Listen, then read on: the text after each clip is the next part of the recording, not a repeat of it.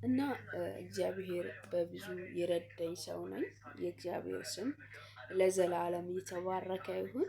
በዚች ቀን እግዚአብሔርን አመሰግናለሁ።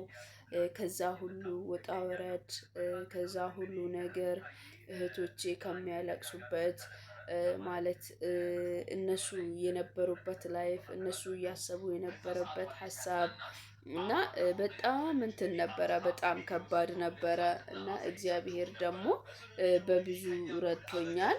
በዛ በብዙ ረድቶኝ እግዚአብሔር አምላክ ለዘላለም የተባረከ ይሁን። እግዚአብሔርን አመሰግናለሁ። እግዚአብሔር ትልቅ ነው እና እግዚአብሔር በብዙ ረድቶኛል። ምንም እግዚአብሔር እንድረዳኝ ነው የምታወቀው። ይህንን አመት ስጨርስ እግዚአብሔር ነው ለኔ የረዳኝ እዚህ ሀገር ከመጣሁበት እስከዚህ ቀን ድረስ፣ እዚህ ቤት ከገባሁበት እስከዚህ ቀን ድረስ እግዚአብሔር መልካም ሰዎችን ሰጥተው፣ እግዚአብሔር መልካም የስራ ቦታ ሰጥተው እና እግዚአብሔር መልካም የሆነውን ነገር ሁሉ ሰጥተው የሆነ ነገር አድርጌ በትህትና የሚቀበል እያመሰገኑ አክብሮ ባለበት ቦታ ላይ ያስቀመጠኝ እግዚአብሔር ነው እና ይህንን እግዚአብሔርን ሁል ጊዜ አመሰግናለሁ። ሁላችሁም በያላችሁበት ሆናችሁ እግዚአብሔርን አመስግኑ። ሁላችሁም በምታመልኩት በእምነታችሁ ሆናችሁ ፈጣሪን አመስግኑ ነው የምላችሁ እና ፈጣሪ ለዘላለም የተመሰገነ ይሁን። ስሙ ለዘላለም የተባረከ ይሁን። ምናልባት ብዙዎቻችሁ ይህንንም ችግር ነው ይህንንም ነገር ነው ብላ ነው እንደ የምትናገረው ልትሉ ትችላላችሁ። ለኔ ግን ትልቅ ነገር ነው እየተደረገለት የሚያውቅ እግዚአብሔርን ያመሰግናል ይላል መጽሐፍ ቅዱስ እና የእግዚአብሔር ቃል እንደዚሁ ይላል እና ለኔ ብዙ ተደርጎልኛል። ምንም በማላውቅበት ስፍራ ላይ እግዚአብሔር በብዙ ረድቶኛል። እግዚአብሔር በብዙ አግዞኛል። እግዚአብሔር በብዙ አቅም ሆኖኛል። እግዚአብሔር በብዙ ጉልበት ሆኖኛል። በእውነቴን ነው የምላችሁ።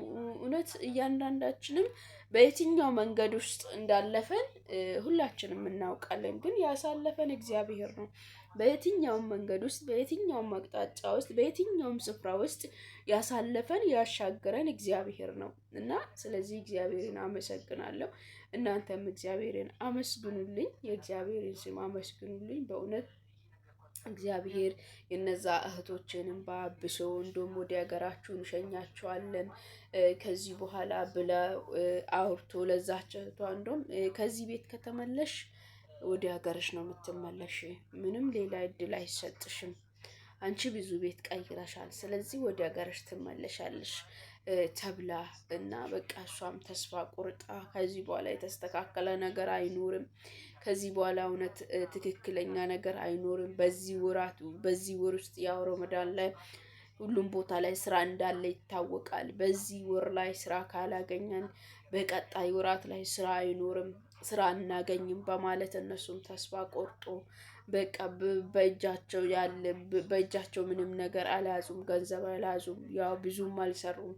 ያው አንድ ቀን ሁለት ቀን አንድ ወር እና 15 ቀን ሰርቶ ነው እየወጡ ወጥተናል ብሎ እየተናገሩኝ የነገሩኝ ለኔ ማለት ነው እና ያው ሁለት ልጆች ነበሩ። እነሱ 2 ወር ነው 3 ወር ያህል ሰርተናል። ከዛ በኋላ ነው ስላልተስማማን ወጥተን መጠን አሉ። ግን በቃ በዛ ላይ በጣም ከባድ ነው።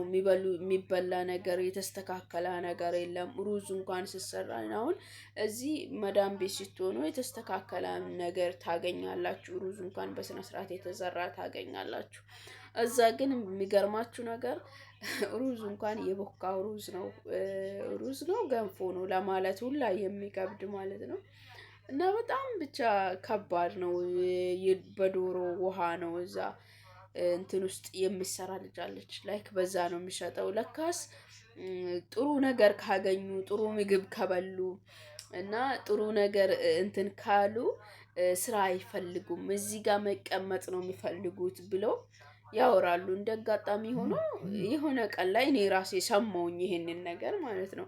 ቢሮ ውስጥ ቁጭ ብለን ሻይ ምናምን እንጠጣለን። ከዛ የሃይላንድ ውሃ ነበረ ቢሮ ውስጥ እና እንደ አጋጣሚ ሆኖ እኛ በእርግጥ አልጨረስንም፣ ከእንትን ነው ቀተን የምንጠጣው እና አልቀዋል። ኧረ ለካስ እነሱ ናቸው እየጠጡ እየጨረሱ ያሉት። እነዚህ ልጆች ስራ አይፈልጉም።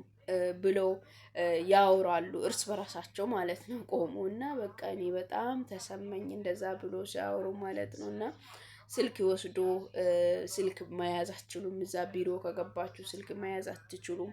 እና ስልክ ወዲያውኑ ቢሮ እንደገባችሁ ስልክ ይወስዳሉ፣ ያስቀምጣሉ። በዛ ሰዓት በሀሳብ ብቻ በቃ የተለያዩ ስፍራ ደርሰው ነው የሚመጡት ልጆቹ። ለምን ብዙ ቀን እዛ ውስጥ ቁጭ ስላሉ ለውጥ ስለሌላ እዛ ቦታ ላይ ቁጭ ብሎ ምንም ነገር ስላልተገኘ በሀሳብ ብዙ ቦታ ሄዶ ራሳቸውን አስጨንቀው ተስፋ ቆርጦ በቃ ምንድን ነው የሚሻለው ብለው ብቻ ምን ልበላችሁ እኔ እንጃ። ይሄን እሱን ያንን ቀን ራሱ ማሰብም ማስታወስም አልፈልግም። ግን በቃ እግዚአብሔር ረድቶኝ እኔ ጥሩ ነገር አጋጥሞኝ ጥሩ ቤት ጥሩ ሰዎች አጋጥሞኝ እውነት እግዚአብሔርን አመሰግናለሁ።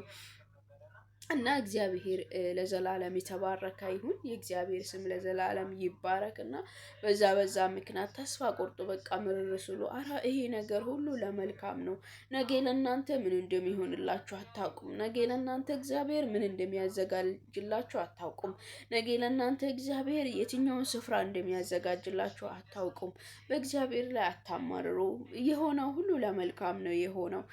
የመጣም ሁሉ የደረሰም ሁሉ ለመልካም ነው የደረሰው በሉ ብዬ አውራለሁ። እና መጥተው እንደውም ምግብ አትችሉም፣ ምግብ እችላለሁ ብላችሁ ሂዱ ሁላ ይላሉ። እና ምግብ እችላለሁ ብላችሁ ሄዳችሁ ደግሞ እዛ ሳትችሉ ስትቀሩ አስባችኋል? እዚህ መጥታችሁ ቤት ውስጥ መጥታችሁ ምግብ እንችላለን ብላችሁ መጥታችሁ ደግሞ ሳትችሉ ስትቀሩ ከባድ ነው። የሚገጥመው ነገር ከባድ ነው። እና ጥሩ ሰው ሊገጥም ይችላል፣ መጥፎ ሰው ሊገጥም ይችላል። እና ሙሉ በሙሉ ምግብ ልትሰሩ ትችላላችሁ። እና እነዛ ልጆች ምግብ የማይችሉትን ምግብ ይችላሉ ተብለው ሄዶ ከዛ በኋላ ደግሞ የሚገጥማቸውን ከዛ በኋላ ደግሞ የሚደርስባቸው ነገር ደግሞ ከባድ ነው የሚሆነው። እነሱም በቃ አይ እኛ አንችልም ብለው እንትን ሲሉ እናንተ ምን ትችላላችሁ? እናንተ ምን ታረጋላችሁ? እናንተ በቃ ወሬ ነው ማጮህ ነው የምታውቁት እያሉ ያወራሉ። በእውነቴን ነው የምላችሁ። እና እናንተ ወሬ ነው የምትችሉት፣ መጮህ ነው የምታውቁት፣ እናንተ ምንም አትችሉም ምናምን እያሉ ባይገርማችሁ እንደዛ እያሉ ያወራሉ። እና ፊሊጲኖች፣ ኢንዶኔዥያዎች ምናምን በቃ በአንድ ቀን ውስጥ ነው ወዲያውኑ ነው ስራ የሚገቡት። እና እኔ ራሱ በጣም ገረመኝ። ለእኔም ጭንቅ አለኝ። የእነሱም ጭንቀት፣ እነሱ የሚያሳልፉትን ነገር፣ እነሱ የሚያስቡትን ነገር እያየው ለእኔ ራሱ ከበደኝ። ባይገርማችሁ ማለት ነው። ለእኔ ራሱ በጣም ከበደኝ። እንዴት በቃ እንትን ማለት ጀመርኩኝ። እና እግዚአብሔር በነገር ሁሉ መልካም ነው። ለእኔም እግዚአብሔር ጥሩ ቦታ ሰጠኝ። እና እነሱም እህቶቼም ደግሞ በዛው በሁለተኛ ቀን እና በሶስተኛ ቀን ወደ 13 ልጆች ነበሩና እነሱም ስራ እንደገቡ አንድ እህት ደውላ ነገረችኝ። ደውዬ ጠይቃቸው ነበረ እና እንትን እላቸው ነበር፣ ጠይቃቸው ነበረ። እነሱም ስራ እንደገቡ ነገረችኝ። ከዛ እኔም እግዚአብሔር ሆይ ተመስገን አልኩኝ። እግዚአብሔር ደግሞ መልካም አምላክ ነው። መልካምን ነገር አደረገልኝ። ለእኔም እግዚአብሔር ጥሩ ስፍራ፣ ጥሩ ቤት፣ ጥሩ ሰዎችን አጋጠመኝ። እስከዛሬ ድረስ ያለምንም እንትን ጭንቀት ስራዬን በአግባቡ እየሰራሁ እግዚአብሔር ረድቶኝ በሰላም በጤና አንድ አመቴን አጠናቅቄያለሁ ማለት ነው። የእግዚአብሔር ስም ለዘላለም የተባረከ ይሁን። ቢያንስ በዛ ውስጥ ምንድን ነው እግዚአብሔር ለእኔ ይሄን ሁሉ ጊዜ እግዚአብሔር እኮ እኔን ረድቶኛል ብዬ እና አስቤ ነው ይህንን ቪዲዮ እግዚአብሔርን ላመስግንበት ብዬ እየሰራሁት ማለት ነው። እውነት ይህንን ቪዲዮ የምታዩት ሁሉ በየትኛውም እምነት ተከታይ ልትሆኑ ትችላላችሁ። የትኛውንም እምነት ልትከተሉ ትችላላችሁ። ግን ኢትዮጵያውያን ሆናችሁ በእውነት ፈጣሪን ሳታመሰግኑ እግዚአብሔርን ሳታመሰግኑ አትለፉ። በእውነቴን ነው የምላችሁ። እግዚአብሔር ለእኔ በብዙ ረድቶኛል። እግዚአብሔር ለእኔ በብዙ አግዞኛል። አቅም ሆኖኛል፣ ጉልበት ሆኖኛል፣ ብርታት ሆኖኛል፣ አቁሞኛል፣ በቃ ደግፎኛል። አልችልም ያልኩትን ነገር እንድችል አድርጎኛል። ይሄ ነገር እኮ አልወጣም ያልኩትን ነገር እንድወጣ እግዚአብሔር አድርጎልኛል። ማላልፍ የመሰላቸውን ነገሮች ሁሉ እንዲያልፍ እግዚአብሔር እኔን ረድቶኛል እና አግዞኛል። የእግዚአብሔር ስም ለዘላለም የተባረከ ይሁን። እግዚአብሔር ስሙ ይባረክ። እግዚአብሔርን እጅግ በጣም አድርጌ አመሰግናለሁ። የእግዚአብሔር ስም ከዘላለም እስከ ዘላለም የተባረከ ይሁን። ውድ የአገሬ ልጆች ከልቤ አመሰግናለሁ። ሁላችሁም ቪዲዮን የምትመለከቱ የሚሰሙ እግዚአብሔር